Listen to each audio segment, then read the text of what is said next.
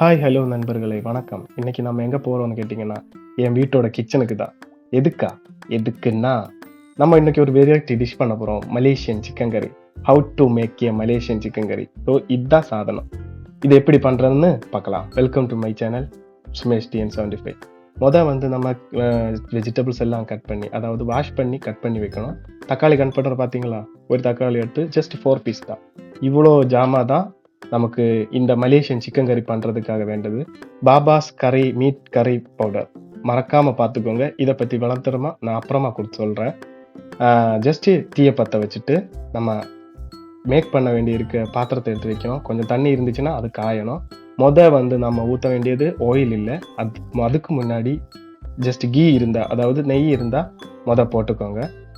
அதுக்கப்புறமா நெய் சூடானதுக்கு அப்புறம் உங்களுக்கு வீட்டில் வெளிச்செண்ணெய் இருந்துச்சுன்னா அவ்வளோ நல்லா இருக்கும். வெளிச்செண்ணெய் கூட